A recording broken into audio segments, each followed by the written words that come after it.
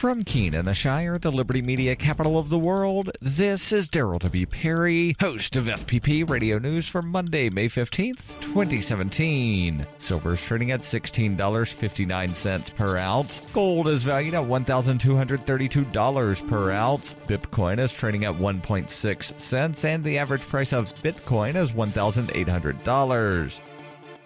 Antiwar.com reports last week's U.S. announcement of the supplies of heavy weaponry to the Kurdish YPG in Syria was a big deal for the regional balance of power, but somewhat shrouded in mystery by the Pentagon's refusal to say exactly what was being sent. Syrian Kurdish social media exacerbated that speculation, recycling images of U.S. armored vehicles, including MRAPs and M1A1 Abrams battle tanks on their account, intended to represent the vehicles being delivered to them by the Americans. In reality, no Abrams nor any MRAPs are being sent to the YPG at all, according to those familiar with the situation, and the only vehicles expected to be sent to the Kurds are some M1117 Guardian armored vehicles and what was described as up-armored Fords, with most of the aid still amounting to small arms and ammunition. Kurdish officials appear to believe that claiming they are getting large tanks and other major vehicles will boost morale, even if the tanks are never seen on the battlefield, not existing and all. It is also believed that this is an effort to further needle Turkey, which is already outraged by the shipments. All of this could be conveniently resolved, of course, by the Pentagon just confirming what they sent, but officials insist they don't want the Islamic State to know the YPG's full capabilities, which boils down to the U.S. being willingly complicit in the lie.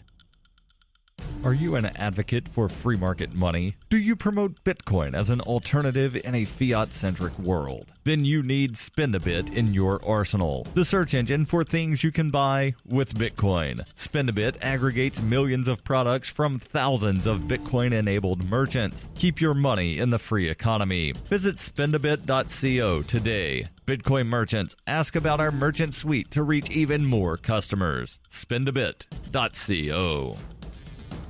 UPI reports Cook County Jail in Chicago was placed on lockdown for the second Mother's Day in a row because so many employees did not show up for work. 35% of those assigned to the 7 a.m. to 3 p.m. shift on Sunday called in sick or invoked the Family Medical Leave Act for the shift, according to the Cook County Sheriff's Office. And by 3 p.m. on Sunday, about 25% of staff for the second shift of the day had also called in sick. Cara Smith, a spokesman for the sheriff, told the Chicago Tribune, "It's the perfect storm of situations. It's Mother's Day and there's beautiful weather. Unfortunately, it's devastating to the people who come in to work for the taxpayers. Because not enough officers showed up to ensure the safety of the inmates or the officers, the jail's divisions were placed on lockdown with all movement limited. The sheriff's office said jail programs for inmates were canceled, but visitation was not. During last Mother's Day, 420 officers called in sick. 1 month later, about 520 officers called in sick on Father's Day and the day after. 20% of the staff also did not show up for Mother's Day 2015. According to the sheriff's office website, on Sunday there were 7,653 inmates behind bars. The entire Cook County Department of Corrections complex is on 96 acres and admits 100,000 inmates annually and employs more than 3,800 corrections officers and support staff.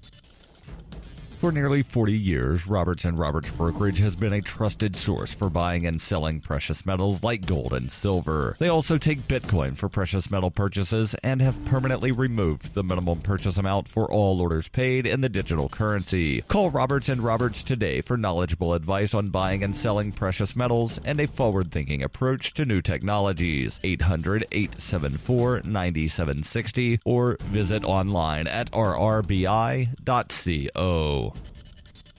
Reuters reports lawmakers on Sunday called on President Donald Trump to turn over any tapes of conversations with fired FBI Chief James Comey, potentially setting up a showdown with the White House as Democrats consider a boycott of the vote on Comey's replacement. In a highly unusual move, Trump last week appeared to suggest on Twitter that he might have tapes of conversations with Comey and warned the former FBI director against talking to the media. Trump and a White House spokesman declined to confirm or deny whether such tapes exist. Republican Senator Lindsey Graham said the White House must clear the air about whether there are any tapes. Democrats have accused Trump of attempting to thwart the FBI's probe into possible ties between Russia and the Trump campaign and have called for some type of independent inquiry into the matter. Trump has said he removed Comey because he was not doing a good job and that Comey had lost the support of FBI employees. This has been FPP Radio News. Online at fppradio.com.